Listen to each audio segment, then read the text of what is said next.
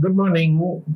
We return to companion species in this lesson, and we have, just to refresh your minds, looked at questions of belonging. We have made note of the fact that we cannot think of the human as a self-contained entity because we share vulnerability with other creatures, and the fact that we assimilate, imbibe toxins, nourishment from other creatures, and that our ecosystem is a world building which we undertake with other creatures.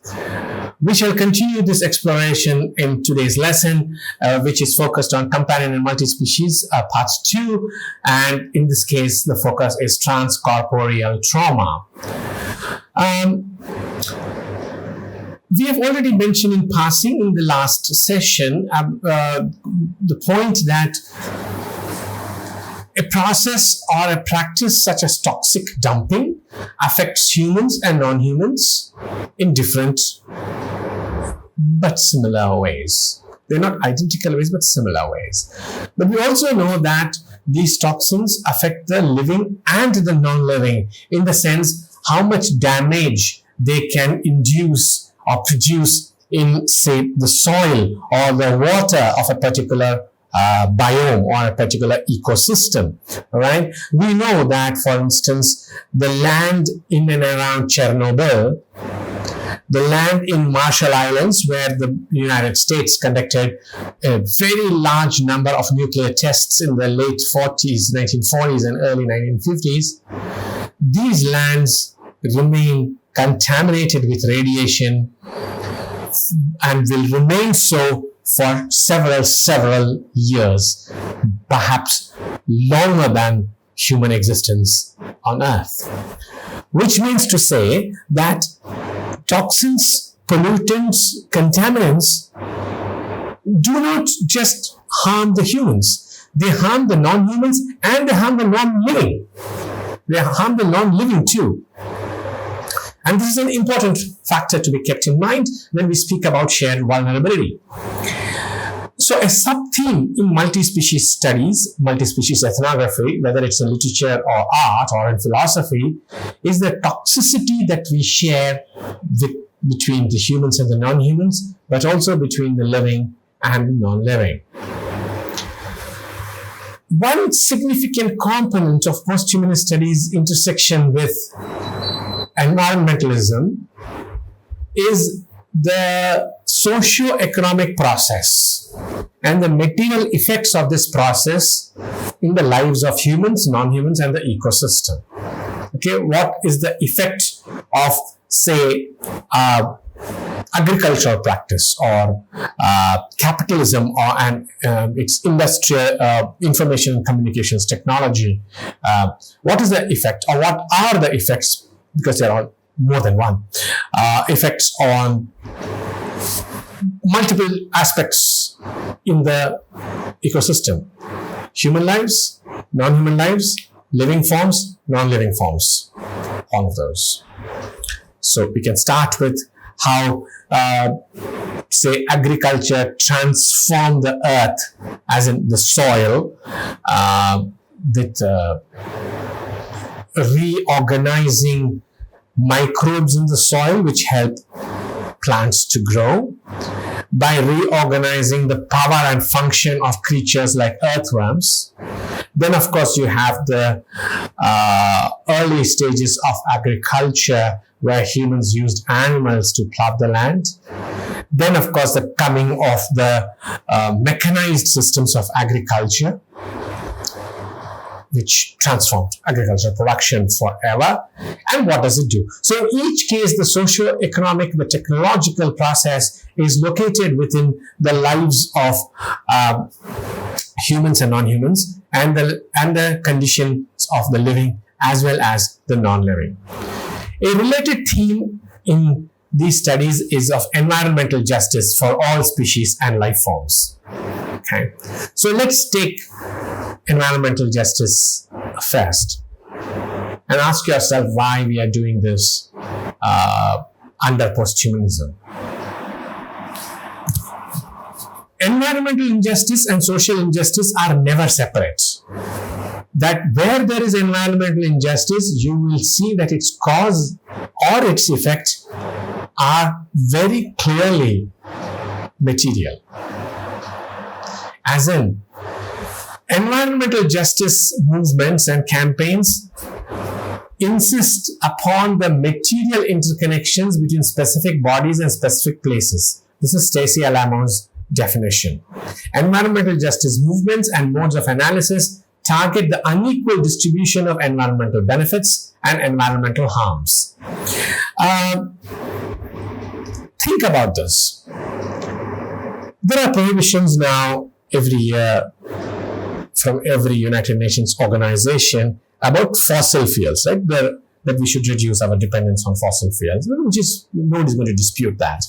Except that in the case of countries in Africa, South America, and Asia, the solution to fossil fuels is a very expensive solution. The emphasis on, say, organic farming, buying locally, local produce, as in local farm produce and farm products, these are excellent ideas. But how do they work in cases that we have seen? Smaller communities whose dependency on, say, the forest is total. So you look at suburban lives that depend on a certain kind of fossil fuel. You look at Adivasi or tribals who live in forests and who need to use the forest for their daily survival. And then you cannot go and tell them, look, you should not do this because it's dangerous for the environment. How do you resolve this? As in, how do you concede that the native systems of whether agriculture or celebratory rituals are damaging to the environment, and they should be either allowed to continue or we should intervene? So it will be a classic problem of man versus nature or human versus nature. And we'll see a small instance of this in Amitabh Ghosh's Hungry Time, where there is a tiger trapped in a village and they're trying to kill it. And Pia, who comes in from the United States and abroad, says, "Oh my God, what am I seeing?" And she doesn't want to see. And the gist here is that, do we give more value and worth to the tiger's life? Or do we give that kind of value to the human's life? This is a big issue in the environmentalist campaigns, right? What are we doing actually? Is it supposed to be done? The point I'm trying to emphasize is, when we speak about defending nature, we ignore the fact that this will mean going against, as in the defense of nature, might mean going against certain local practices, local ways of life, which have been there for generations and which have not changed. An example here would be from Marla Cohn's book, Silent Snow, which is set in the Arctic. Marla Cohn notes that the Inuit tribes, the Greenlanders, and those who live in Siberia have a very large quantum of chemical pollutants in their body, toxins in their body. And she doesn't know how they got there, because there are no polluting industries in Siberia. There are no polluting industries in where the Inuits live in Greenland and other parts. What are we going to say about that? Where did the toxins come from? Marla Cohn discovers that the toxins are part of what the factories throw out in the United States. Okay, but the Inuits live very far away. They live very far away. The polluting chemicals from the factories are dumped in the ocean. Ocean water flows. Ocean water waters flow in every which direction. Creatures like whales and seals consume this water and thereby consume the toxins which are dissolved into that water.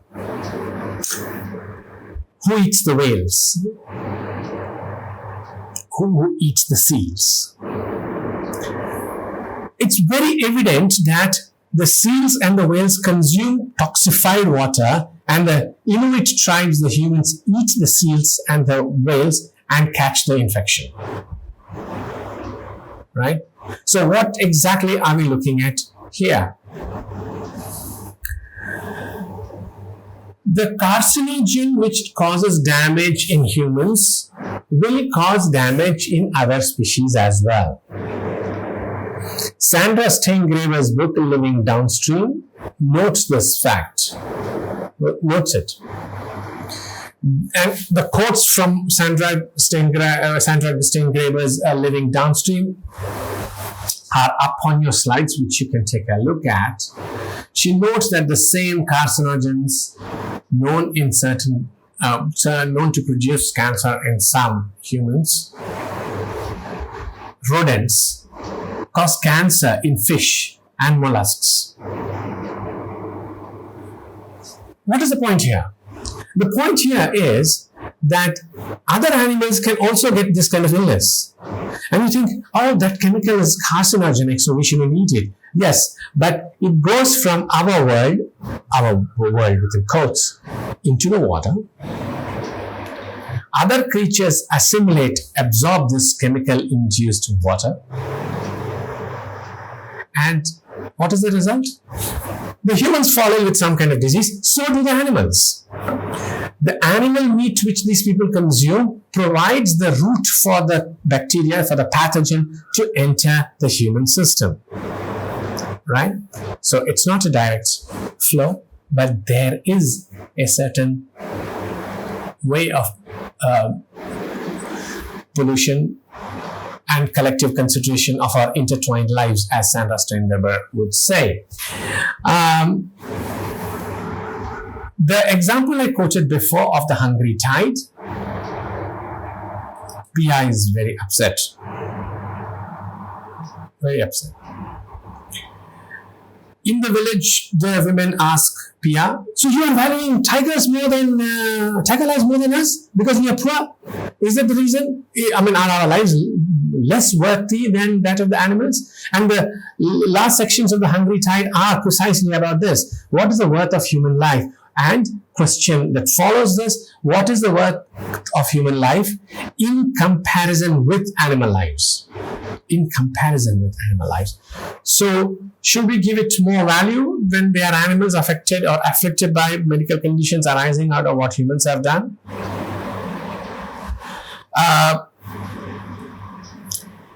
If we were to think about this, we have several other examples. I have given you an example from Steingraber. We have looked at the example from Marla Kohn, right? And of course, other parts of India.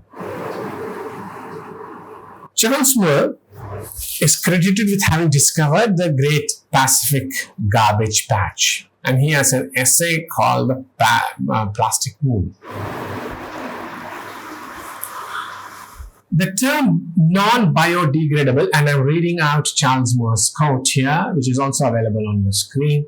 The term non-biodegradable is often applied to plastics, meaning they defy digestion by living organisms. Now, research has shown that certain microorganisms very slowly biodegrade plastics. There are microorganisms that do that. They chew plastics.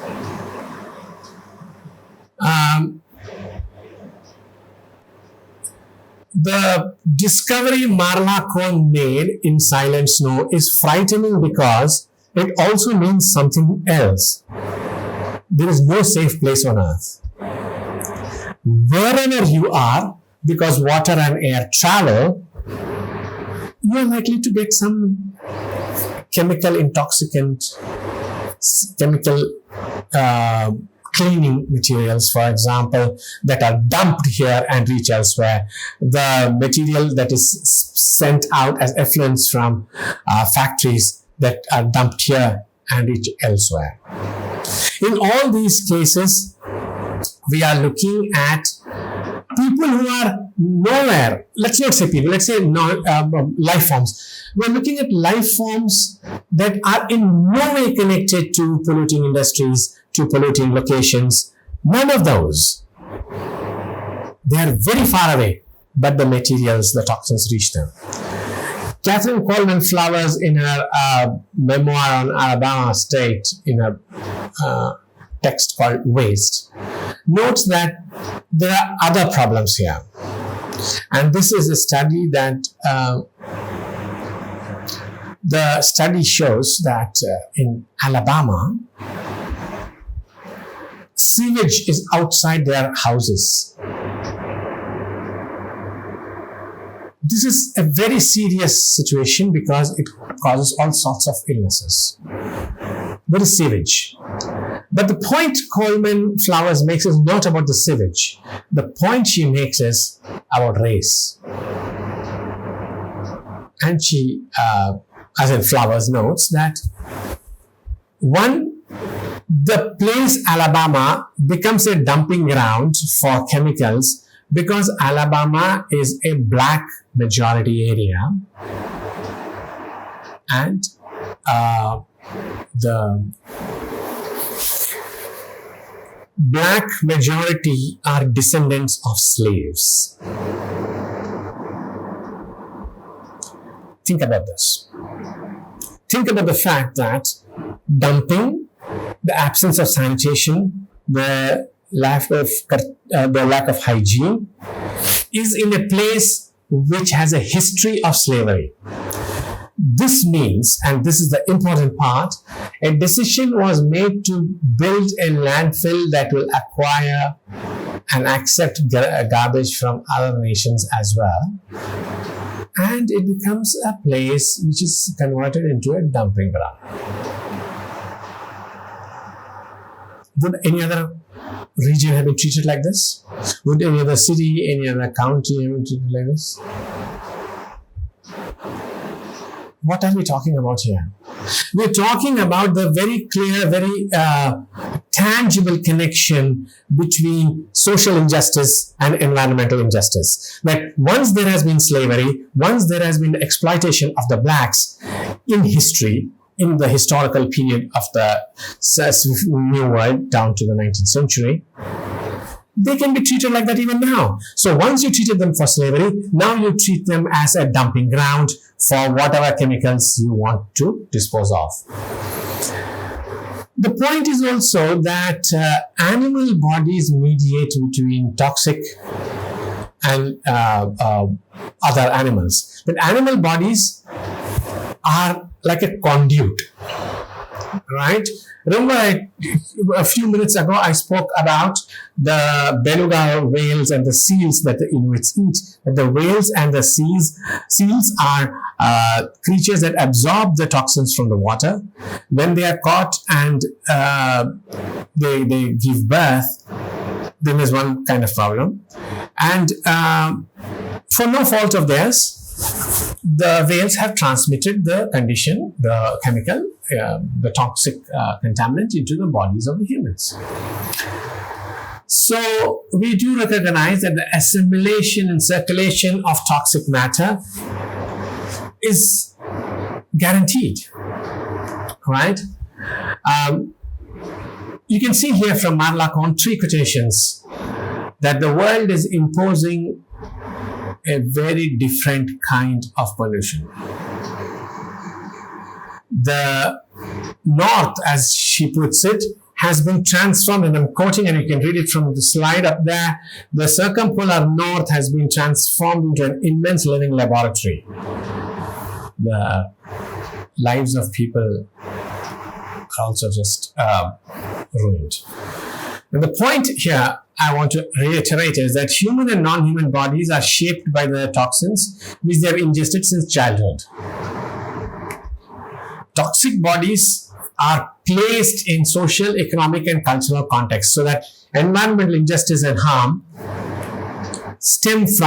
emerge from social injustice and harm. So, like in the case of Alabama County in Flowers' book Waste, there's a history of slavery and now there's a history of toxification, which means there is a history of social injustice and now there is a contemporary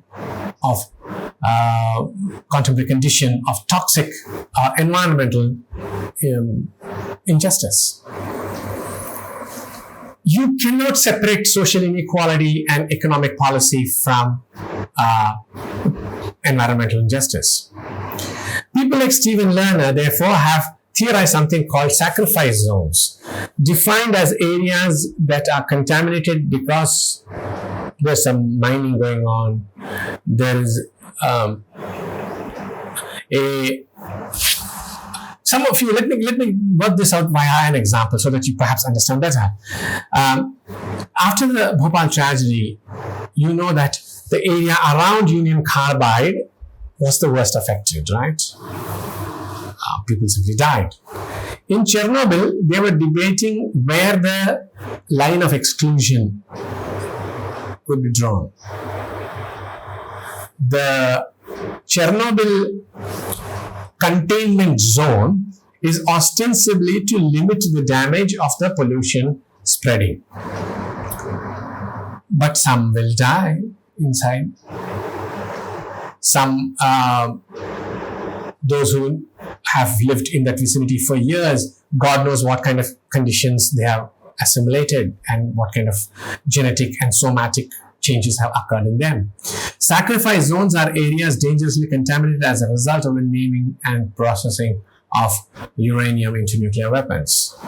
As Stephen Lerner would say, we have to include a broader array of fence-line communities or hotspots of chemical pollution. So Chernobyl is one kind, yes, but we do know there are others. Bhopal is another case in point.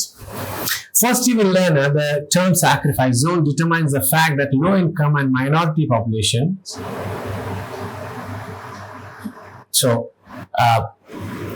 there is heavy industry, or there is nuclear testing, or there is even a dye industry or something else. There is unequal exposure that goes on here because, say, people who work in the factories themselves, people who live immediately outside the factories, and people who are distant from the factories. Do the people who live distant from the factories constitute the sacrifice zone? No, never. So, what kind of sacrifice? Who sacrifice? But the larger point that Stephen Lerner makes is, do they know what they are doing? Do they know that they are going to be sacrificed? Are there no security provisions for them? The answer is, so far, no. So, multi-species trauma is actually the trauma of more than one life form, of more than one creature. This is what I'm referring to as transcorporeal trauma. Transcorporeal trauma is multi-species, and species sharing vulnerabilities are exposed to toxins, resulting in differential yet similar consequences. All sacrifice zones are multi-species, and as I have argued elsewhere, it is not like the people just outside the factory are affected by what's going on in the factory.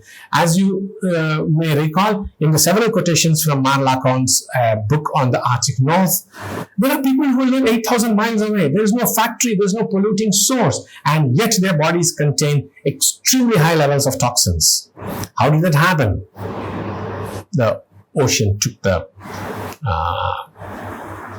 ocean transmitted it via the whales, via the seals into these people. So there's no point in saying, oh, I am not in that area and I will therefore be safe. Multi-species vulnerability, trans-species vulnerability shows that all of us are vulnerable, but not in the same way, not in the exact same way. There are sacrifice zones in the immediate vicinity of factories, but we now need to acknowledge that sacrifice zones are multi-species. Perhaps the sacrifice zone is the planet itself. Thank you.